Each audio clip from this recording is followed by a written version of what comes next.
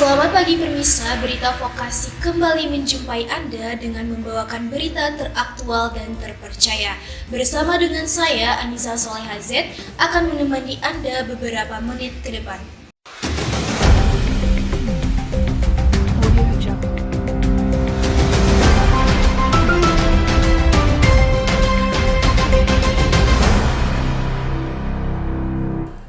Akhir-akhir ini masyarakat dihebohkan dengan penyakit misterius gagal ginjal yang menyerang anak-anak.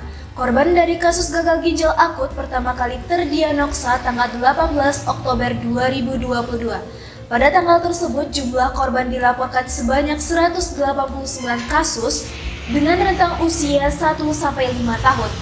Kementerian Kesehatan mengklaim bahwa kasus gagal ginjal akut ini dikarenakan adanya zat berbahaya yang terkandung di dalam obat sirup.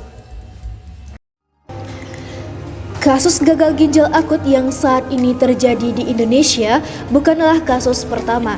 Sebelumnya kasus seperti ini pernah terjadi di Gambia.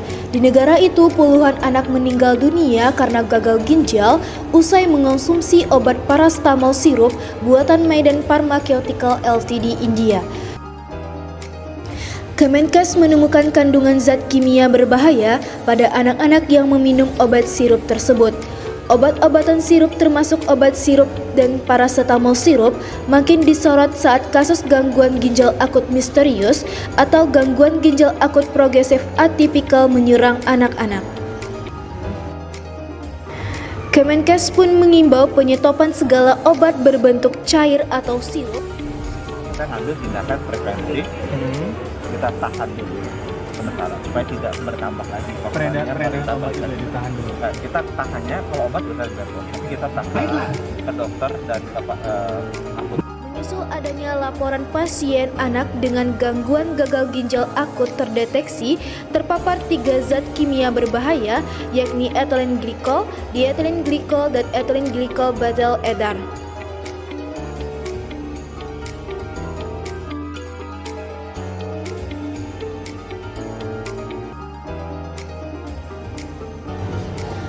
Badan Pengawas Obat dan Makanan menarik peredaran 5 jenis obat sirup tersebut karena ditemukan kandungan zat kimia yang berbahaya. Ditariknya berbagai jenis obat sirup mengakibatkan masyarakat khawatir dengan tidak adanya penjualan obat sirup. Penarikan obat sirup ini dilakukan dengan tujuan untuk mencegah penyakit gagal ginjal. Kalau pemerintah bilang katanya mau ditarik, yang sirup itu kita ganti jadi yang tablet, tapi kan itu pahit pisan ya, dan nggak mungkin nggak sesuai takaran, berarti kan kita mau nggak mau ke dokter gitu. Saat ini Kemenkes secara aktif terus melakukan pemantauan dan pelacakan kasus di masyarakat guna menemukan kasus gagal ginjal akut sedini mungkin. Salah satunya dengan melaporkan penyakit gagal ginjal akut pada anak maupun penyakit menular lainnya melalui sistem kewaspadaan dini dan respon atau surveillance berbasis kejadian dalam waktu kurang dari 24 jam.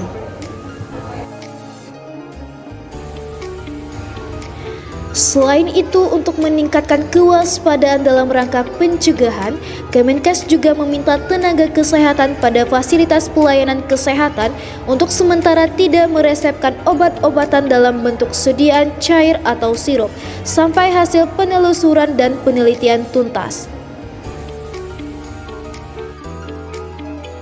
Pemirsa, informasi tadi mengakhiri perjumpaan kita pada hari ini. Saya Anissa Soleha Z, mewakili seluruh rekan kerja Amigos Reporter, pamit undur diri dan sampai jumpa.